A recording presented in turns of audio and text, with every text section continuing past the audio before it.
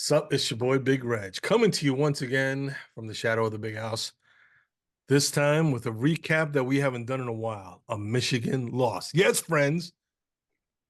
After all these years of being undefeated in regular season play, the last loss we had was at the hands of a team from Texas.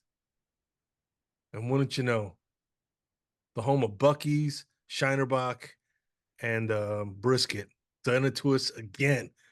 They smoked us in the big house. Holy smokes. Texas Longhorns coming down. Oh, man. We was all talking about horns down, but they went horns up, baby. Horns up. They were horny as heck. Oh, they had some Cialis and Viagra going. Holy cow. Throttled 31-12, was it? Or 13? I can't remember. Does it really matter at that point? It was Who 31-12, cares? I think. 31-12. The Michigan Wolverines go down in a much anticipated top 10 matchup. Joining me tonight, as you can see, everybody's dropping like flies, but those that stay will be champions. So first, as always, producer Jay Bizzle. There's nothing that will take this glow away from me. Our team is going to recoup. I believe we move forward. Wow. One side of the argument. And joining me also tonight. Oh, this man was in the Garden of Eden, paradise. Then all of a sudden he's like cast out.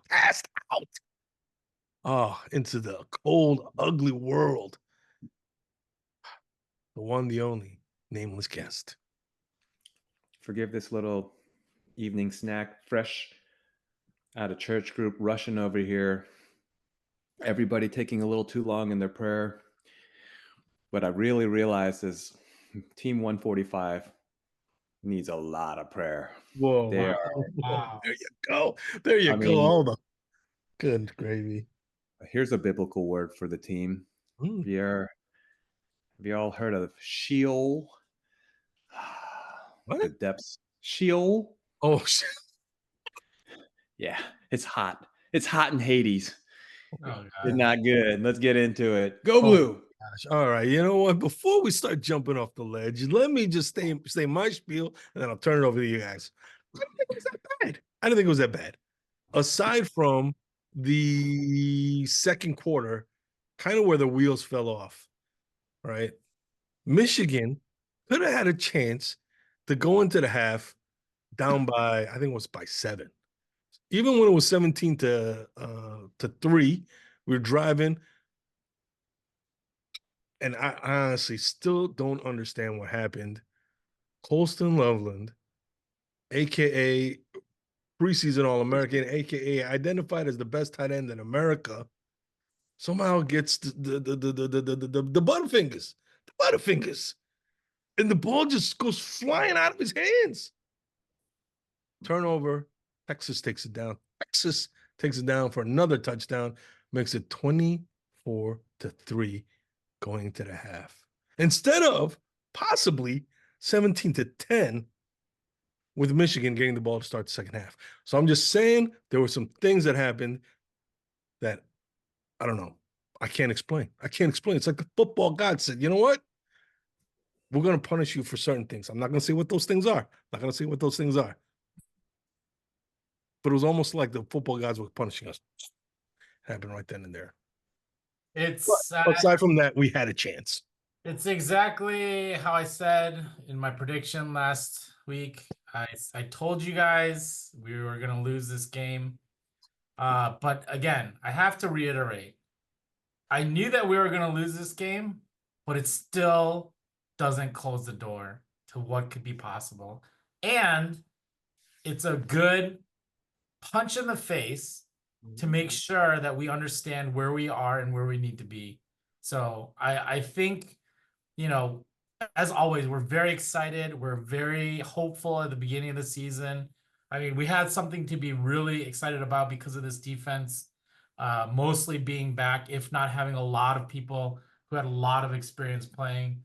But yeah, it's like it literally was a punch in the stomach for me because I was just seeing like missed assignments. I was seeing just the haphazard distractions that just kind of derailed what our progress was happening. And to me, especially, I gotta say it, I'm putting Kirk Campbell on the hot seat because I feel like there's a part of responsibility as coaches to put our players in a good position. And I think one, it was too, it almost switched. It was like too random. I was like, what are we doing? And then at a point, it was just like, what? It's like too vanilla. Like all of a sudden, we switched to like just running up the middle and expecting that Texas is gonna fold, like in prior years. So there's definitely something going on with the calls, the coordination on defense. You could tell specifically that they were picking on number 20 because they knew that Jair Hills, he's not proven. They avoided Will Johnson pretty much the whole game, and they knew like let's throw to the other side as they should. Sark is an experienced tactician. That's what he's known to do, and we just kind of went in with this kind of haphazard, like oh, like let's just sit back and see what they do, and you know I think another point of it was Wink in the beginning in the first half. There was serious like, what the hell is going on? And in the second half, I did feel like adjustments were made, and it was helping. It didn't necessarily stop Texas from scoring again, but I felt like there was less larger plays, um, less missed assignments, and then definite pressure on the ball to get it out of Ewer's hands. But man, like what could have been if this actually came out to be a game where we actually showed our potential, but it wasn't, and therefore everyone turned on, oh, this is so disastrous, humiliating, anything like that. But again, it's a top 5, top 3 team that we played against. And you know, let's be frank, we weren't a top 10 team anyways. We just got ranked there. So live and learn. Let's move onwards. Let's destroy Arkansas State and then get ready for USC. All right, can I piggyback off at that? I would say I don't disagree with most of it. Only place I might diverge a little bit is your comments on Wink and the second half, Dave. I'll get to that in a sec. Yes, punch in the gut. Yes, it's not over. We got all our goals still ahead of us. All true. What really stung me is, like you, I don't know exactly what your prediction was, but it probably wasn't as accurate as mine of what I say, even 24-6. I knew we would be handled. I felt we were outmatched by a truly elite Texas squad. I called them elite from the, I mean, it's not hard to see a top 5. It's not like going out on a limb, calling a top 5 team elite, but now everyone's calling them number 1 or 2. Okay. But we were punked. It wasn't just, we're further in the hole than I realized. There's so many things. It's not just Campbell, but what's alarming and frightful for me is our line. There's no assurance aside from getting past Arkansas State. There's no assurance that this line is going to manifest into smash as I assumed. So a lot of my preseason excitement and assumptions have been crumbled. The Jenga pieces, we're down at the bottom here because I don't know how much confidence we can have on our smash identity. In fact, that's like, Moore is pretty well spoken, but sometimes it sounds like he has a one-word vocabulary. It's like, what's your plan this year? Smash. Well, how are you going to do? Smash. He smash, smash, smash. And we don't have that. And looking back, Fresno State kind of showed us. It wasn't just us being vanilla, holding things tight for Texas. I mean, save for a stud kicker, we could have lost to Fresno. I mean, we were actually this close to losing to Fresno. So I'm not saying all is lost, but we're in danger, folks.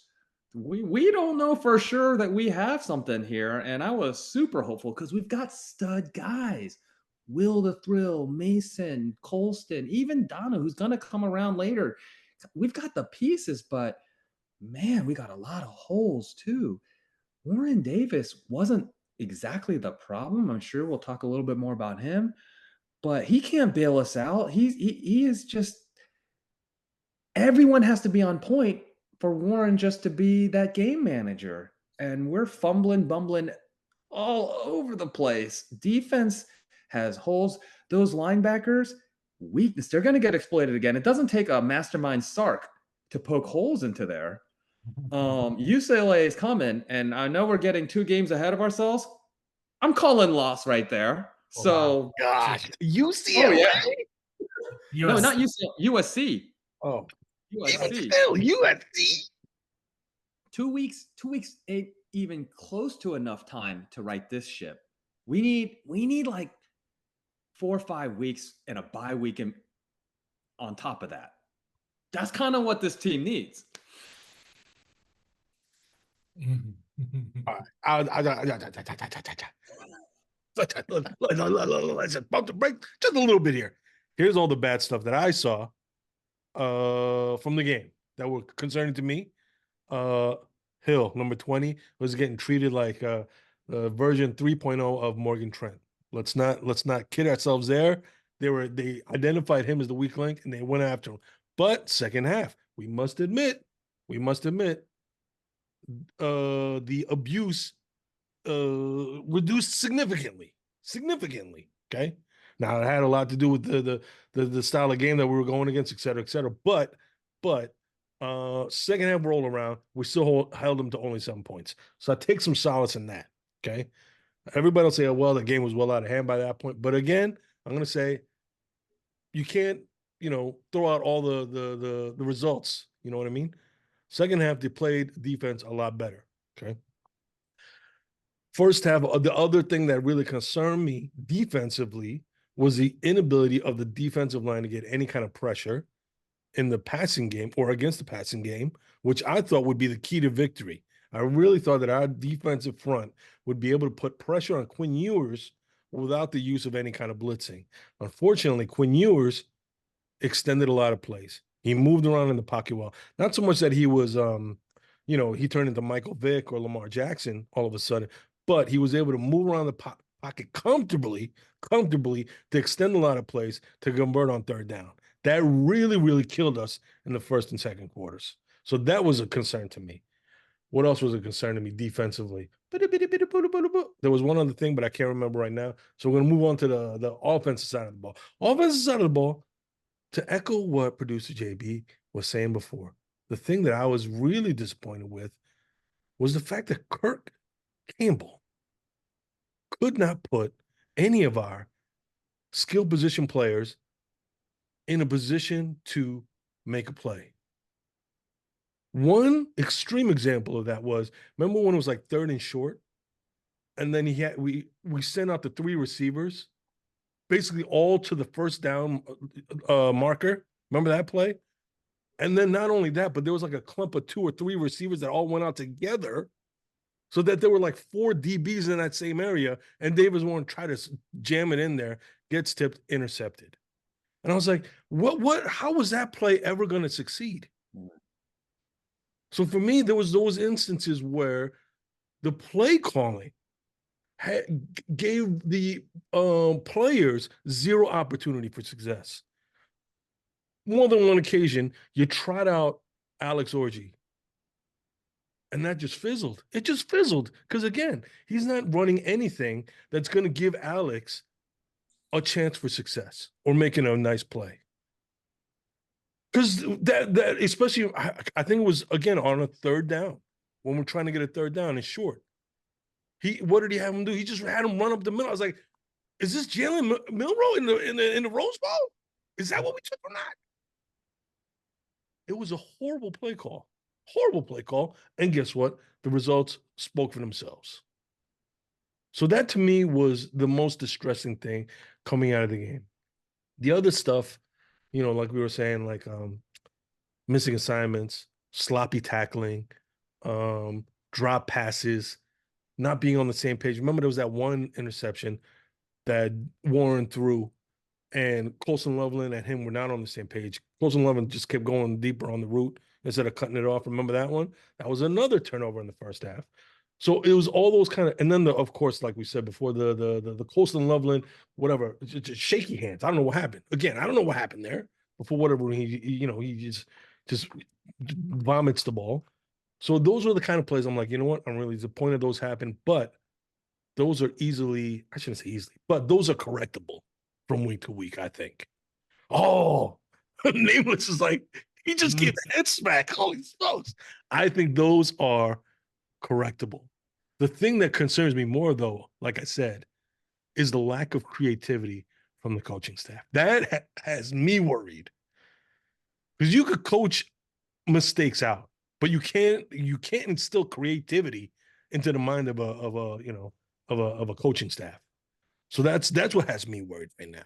Can Campbell step up? Take a look at what he's got. These are the plays he's got. We're not going into the transfer portal mid-season. No such thing exists. Who we got is who we got. What are you going to do with it now at this point? You know what I'm saying? So I want to see Kirk Campbell come up with something a lot better for these players to execute. What I'm concerned about is that Kurt is kind of like our QB. Both have lost before they even started. They're both over their heads. They're good people. They don't belong on the Michigan Wolverines. Wow. Campbell, no, I mean, Campbell he is a stud QB recruiter, relationship guy, get him on campus, reel him in. We need him if for no other reason to keep 2025 and 2026 quarterbacks in the fold, okay? That's what we need him for. But is this guy ready for prime time team 145 O coordinator? Come on. He's like a Davis Warren. He never should have been the quarterback. He's Wow. not worthy. We are sunk before we started there on those two positions. So I disagree. I respectfully disagree because I disagree about Davis Warren. I don't think he's as bad as people are picturing out to be. Like he's not a Shea Patterson. He's not like some of the quarterbacks we thought that would be good is not good. All I mean, right. Shea Patterson, Cade McNamara, JJ McCarthy. Where does he rank? Where? I would say he's barely above Cade. So he's like right around here? Yeah, you're ring finger in this analysis. Here? So this right here. He's serviceable. Yeah, he's serviceable. He's not the dynamic person that JJ could be, but still, he got out of the pocket. He ran for a first down. Like he went rolled right and he threw like pretty accurate passes to really challenging spots, whether it was like right off the sideline for that one catch. I mean, that he can make those throws, and it's not against Fresno State, right? It's against Texas. So it's definitely a defense that is respectable on that. So there's too many people bashing on Davis Warren to be like, oh, he's horrible. He should never be a Michigan quarterback. He could definitely be a Michigan quarterback. But then again, we're coming from JJ to Davis Warren, right? And even in JJ's prime, he still didn't do his full potential that's on there. So I don't have too much problems with Davis Warren. I do have like Big Reg is saying, I do have a problem with that play that got to the tip and an interception because he never should have put that ball in that area anyways. But he had nowhere else to go with it. He had nowhere else to go, but he was trying to What's force that? it in there, which was a mistake on his part, but he can learn from Did that. Campbell force it? Oh no, Warren forced it. Okay. Warren forced it. So again, this is the part where if we had a different setup to how we were going to go about this game, I feel like the outcome would have been a lot closer. Again, I don't know if we could have won, but I think it'd have been a lot more reassuring for us as Michigan football fans to know that our team was not in peril like most people are saying. I think Donovan Edwards got glimpses of like getting better. He was hesitating a little bit more. I think we talked about that last week. Is like he just tried to hit the hole as quickly as possible and always got stuffed against Fresno State. Texas, he took a little bit of time and he opened up some parts of it that was on there. But then again, like he got no momentum from that. Like he would do like a 7-yard play and then they would take him out and they would put in someone else. And you're like, what the heck is going on? Like, have some continuity to what you're doing. If you're going to have a plan of attack, make sure that you are building up each one of these players to have success. And I don't think that that happened. And to me, and little bit of what the rumor boards are circulating is that maybe Sharon goes back to play calling a little bit. And so I think that's the part where it didn't seem like a Michigan brand of offensive play calling that we've been used to. Again, I guess I agree with Nameless. Our offensive line doesn't look like nearly what it should be, like it was last year or the years before.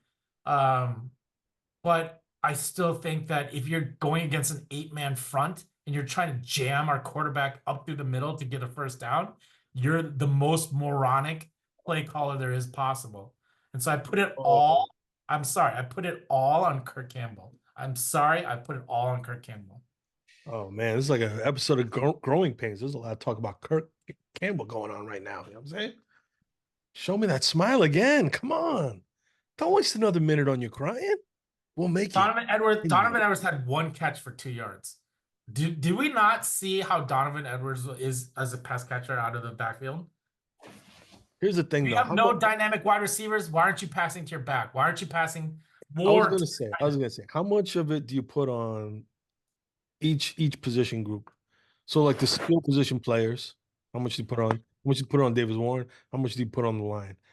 I think right now everybody except Colston Loveland is running at like a 60. You know what I'm saying? Yeah. Like if I'm going to give him a rating to about 100, but even Colston, I'm expecting him to be in the 90s. Yes. He's running more in like the high 70s, if I'm being honest. You know what I'm saying? So like everybody just hovering around the 60s, you know? But one of them got to break up at least into the 80s for us to have any success this season. Yes. Otherwise, it's just going to be a struggle all the way. You nailed it, Reg. It's not just Kurt. He's also running in the 60s. But all those other guys are also so mediocre right now, and they shouldn't be at this juncture. I know it's just week 2. I know it's Texas, but we are significantly lower than where we all thought we should be. Yes. Everybody else is on week 2 too. Okay. I mean, best thing we can say is that at least we're not Notre Dame. Okay, fine. After we get past that, no, because there's a lot more agony and gnashing of teeth out there with like, okay, FSU, I see you. All right. But now, and we were supposed to lose this game. So in terms of wins and losses and all the Big Ten championship possibilities all ahead of us, yeah. I knew that from the beginning. That's why I was actually golfing during this game. I knew it was a loss, giving me the L. But I was watching from the golf cart. But we look so much worse than my worst nightmare that I didn't account for that. Like, damn, we sucked up the joint where it's concerning. It's legit concerning. So I'm not here just to be negative Nelly for the sake of Nelliness here, okay? It's just we legit bad on O-line with a long way to go without the studs and the guys that we know that can do it. This thing's got a jet, like Sharon got to put all his superpowers, all his Joe Moore award-winning superpowers into this like right quick, or week 4 is down the drain, folks. It's 2 weeks away. We don't have enough time. Like this is, he said, it's not panic time. Oh, yes, it is. You better get in there every freaking moment and fix this and do the best, biggest turnaround thing that you ever did if you haven't won a prayer to beat USC, because we're not there. Sorry. Who do you put more of the onus on, the offense or the defense going into USC? Who can make the most amount of improvement for us to realistically beat USC? It's going to be the defense, who had trouble stopping the run and the pass against Texas.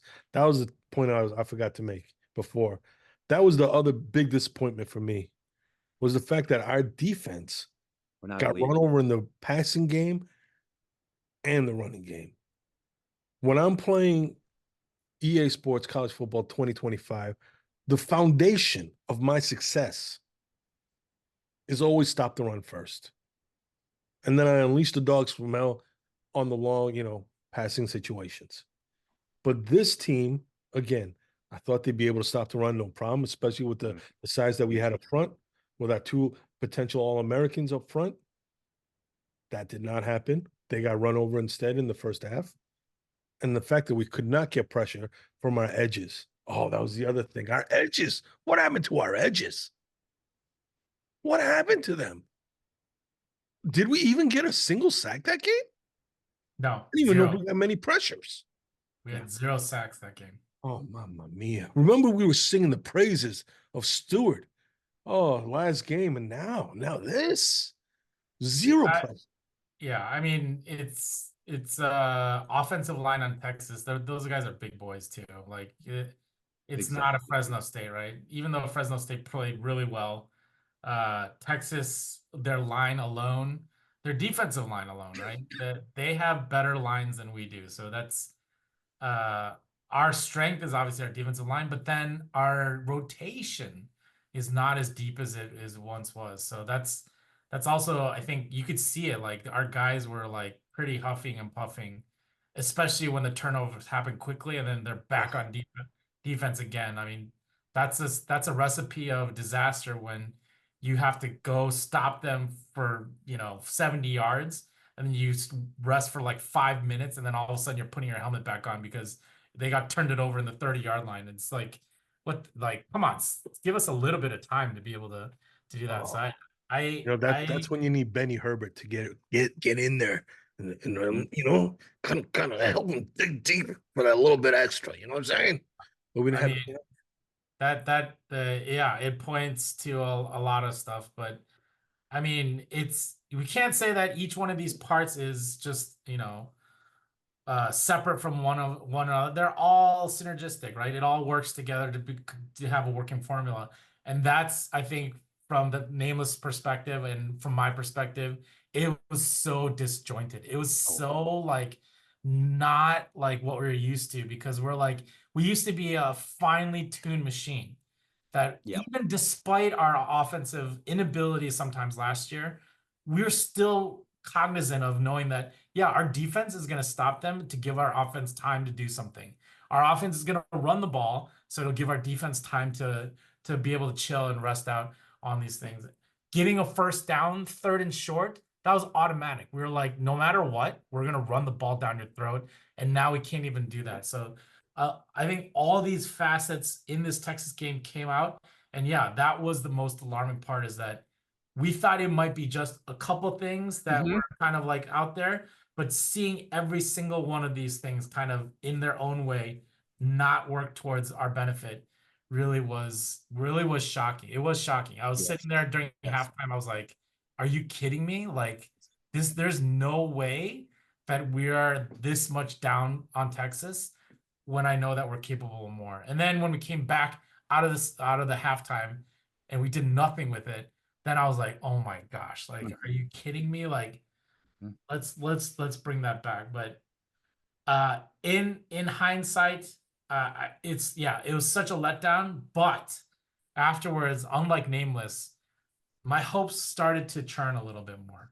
All right, because I fall back on that whole idea of the college football scene is different now. It is different now. You can lose a game. You can even lose 2 games. Our strength of schedule, we could honestly lose another game and we could still make the playoffs if we run out the rest of the schedule. So as long as I can see some glimmer of back to who we are against Arkansas State, and even giving us a fighting chance against USC, which now that I watched them for a couple games, that quarterback is pretty good, and their defense is still horrible, but their quarterback is definitely someone who could win the game for them. We as do long have as a I path. see that glimmer of hope being changed, you can get this heart pumping again. You get this heart pumping again. All right, I just have to get this out. You're right that we have a path to victory, which would be, to the postseason. I'm not sure we got the team.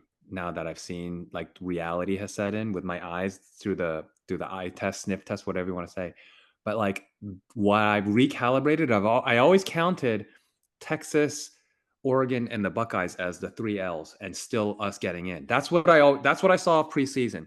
Now it's Texas because it's in the books, which we already knew. USC and Buckeyes. I could see it. I mean, Oregon is another one of those teams. It's a home game. It's later in the year. They're having their struggles. They're a little bit of a surprise too in terms of disappointing. Shocking in its own right. Different show, different conversation. I could see that flipping, at least from my preseason projection. But that's all predicated on us having actually a semblance of a team. Because what I saw, really kind of piggybacking on what producer said, was like a pre-Harbaugh team on game 2. That it wasn't just a fluke here, fluke there. What if Colston holds onto the ball? Oh no. We got manhandled.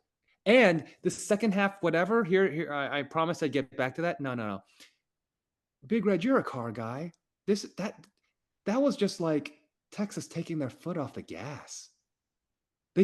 They relaxed. They could have run it up to 60 plus if they wanted to. Oh, it wasn't us getting better. It wasn't Wink figuring Sark out. Oh, nah. We were owned up and down all day. It could have been way worse. We got holes on defense. Okay, so I love me my Josiah, Coastal Carolina, go. Okay, but at the end of the day, it was a reminder. He's an undersized, high motor guy that gets his numbers, but not against an elite team. No, and there's going to be other big boy Big Ten lines that are going to shut him down like that. He's not like McGregor, bigger build, strong. I mean, just a different athlete, different tools. We missed that guy. He should have stayed, by the way. Oh, Man, we that's could have just- used him. We should have stayed. All right. NIL. Go ahead. Go on. No. Keep going.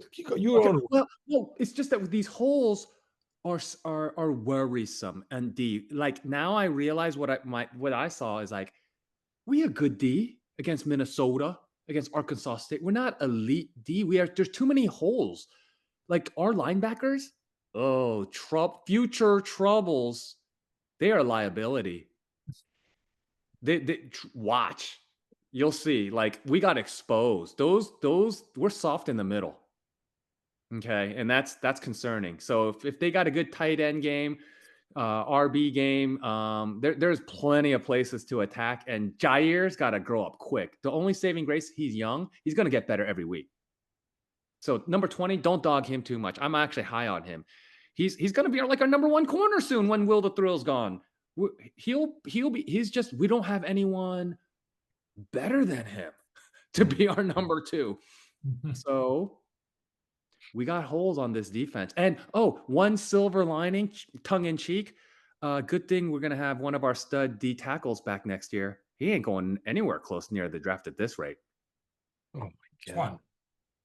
Grant going nowhere. We got ourselves an anchor man for next year. Okay, so he be back. Wow. Have you seen his performance through first 2 games? He better explode right quick if he's going to change the narrative. Yeah. His draft stock plummeting. Oh my gosh.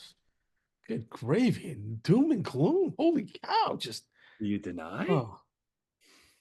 Listen, the defense had a rough time in the first half. I grant you that. Sark and his game plan of getting the ball out quick. And then also when they got down at 3rd and long, you can't listen. Sometimes I forgot Joe Klatt always says it, so I won't take credit for it. But Joe Klatt always says sometimes there are great players that play above the X's and O's. One example of that is what Quinn Ewers was doing on Saturday. We were able to get Texas in a lot of 3rd and longs. We were able to get them behind schedule a lot of times. But the problem being, when you turn the ball, at that point, you put the ball back into Quinn's hands, and Quinn did a masterful job. So I got to give props where props is due. Quinn Ewers had a heck of a game. And he was, was a type of dude that was playing above the X's and O's. So, you could go in against one of the top quarterbacks in the country with the top receiving core, with behind a top offensive line. You know what? It's going to happen. It's going to happen sometimes. The thing, having said that, the thing that still concerns me, and I can't believe I'm even saying this now, Say it. through 2 weeks, the Michigan Wolverines still have 0 rushing touchdowns. I heard that. 0 rushing touchdowns. Last season, those were gimmies. Those were gimmies on the prop bets. It was like minus 400, Blake You, Corum touchdown. You know what I'm saying? You'd have to bet like $20 million in order to make 3. This season, 0 rushing touchdowns so far this season. That to me just tells me Kirk Campbell, he's going through some growing pains, but he's got to step it up. He's got to step it up. And then you know who else got to step it up? The new man in town, Big Tone Loke, Tony Alford. I don't know what Mike Hart was doing last season, but for whatever reason, this running back core, let's be honest, they're not living up to the expectations. Oh, I'm okay with RBs. The line is I'm not. 0 rushing touchdowns. 0. I think more Kirk Campbell than anything else. Like I said, I put on Kirk, I put on Grant Newsome, put it on Kirk, Grant Newsome, Tony Alford. Yeah, Dudes got to step up. Them dudes got to step up. All of them are on notice right now because there's no way that we can accept this type of coaching, right? Yeah. I mean, there's only so much a player can do unless he's been coached, properly. So that's the part where we knew coming into this year, it's quote the same quote regime, but it's literally every coach that touches this program is different in a different role, in a different person, whatever it is. And I mean, you could even see it a little bit on even like special teams where there was, the kicking game is obviously great. And Zavada, like you've turned into the MVP of this team. Wow. So congratulations. Welcome to Michigan football. We love our kickers who can nail consistently on except Dolman, except him. Doman again. That's where I'm pointing to a little bit of the special teams coach. We don't have Jay Harbaugh anymore. It's not Jay Harbaugh.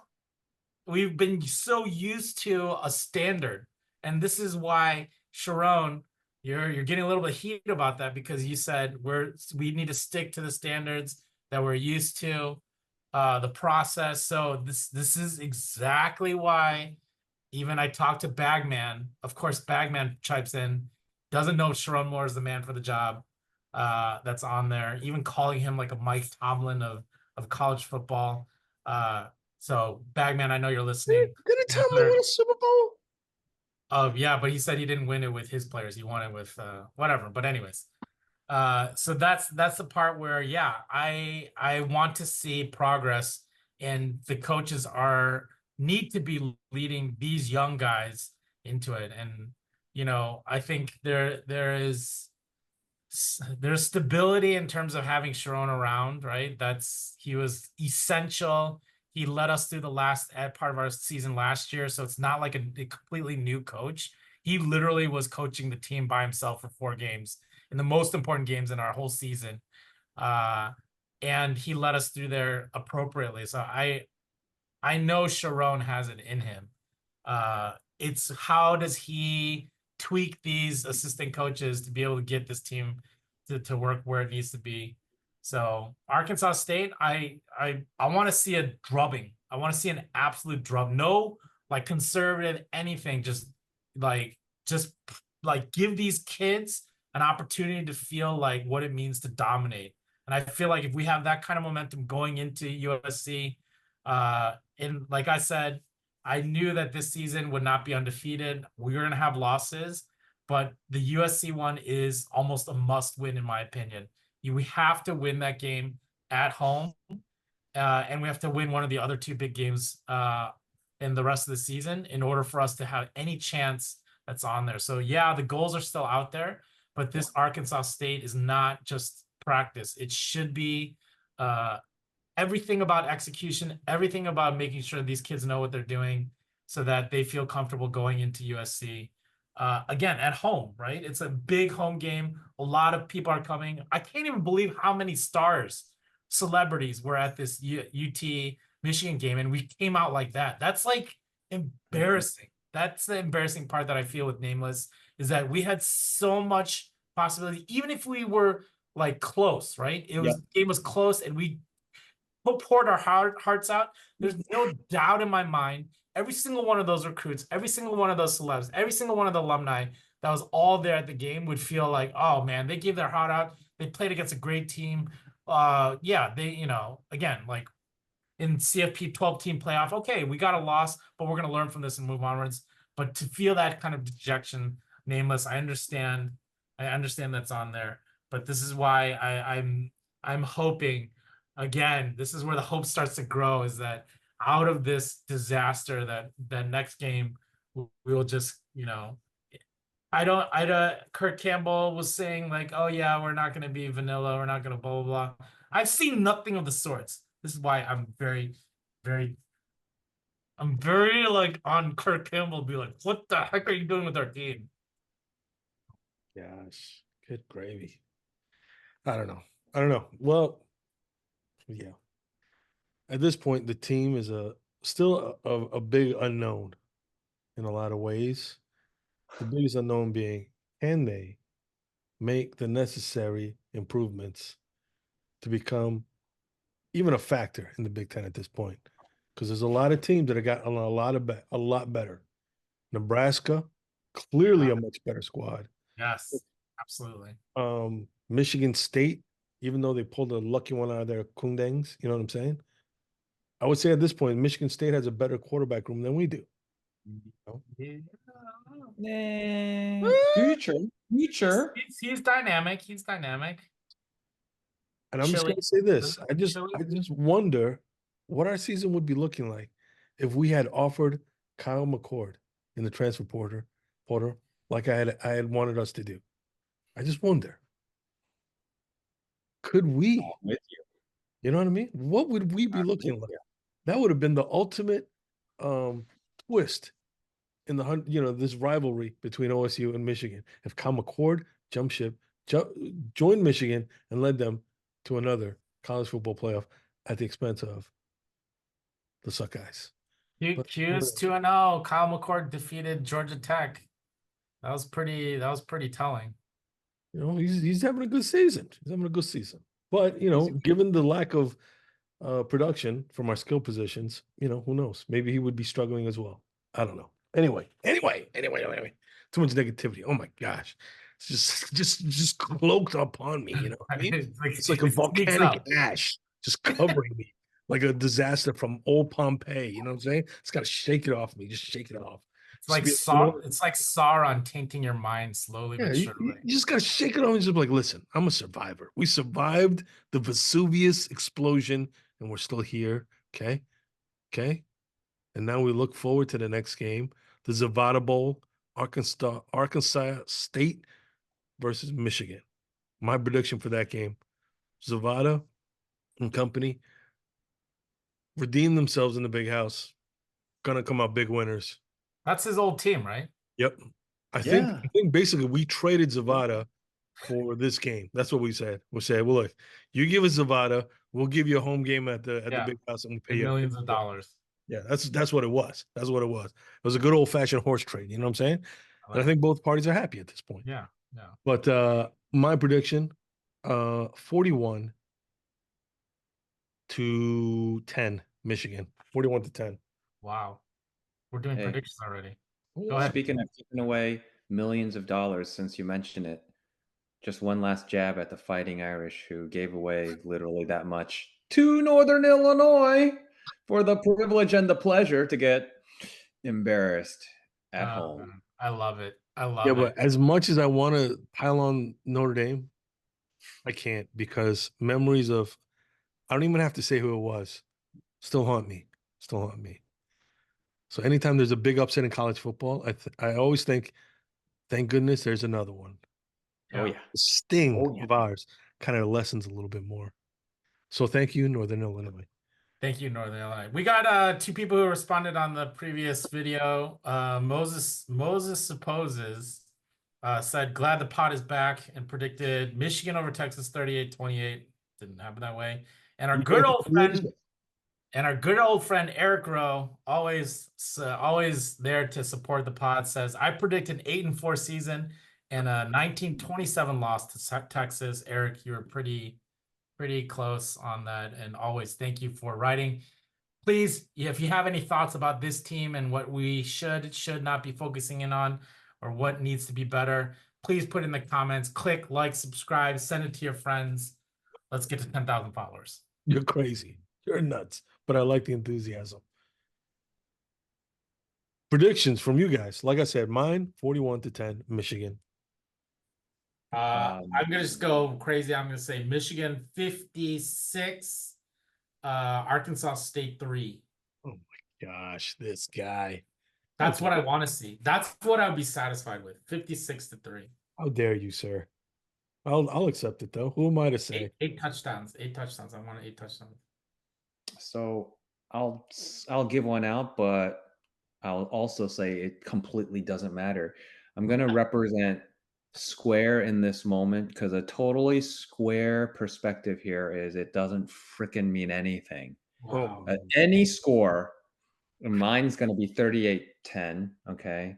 Because I think this Michigan offense is going to continue to sputter along. It'll get points against this sorry squad, but it doesn't matter. It's not going to. This isn't the hope that is real.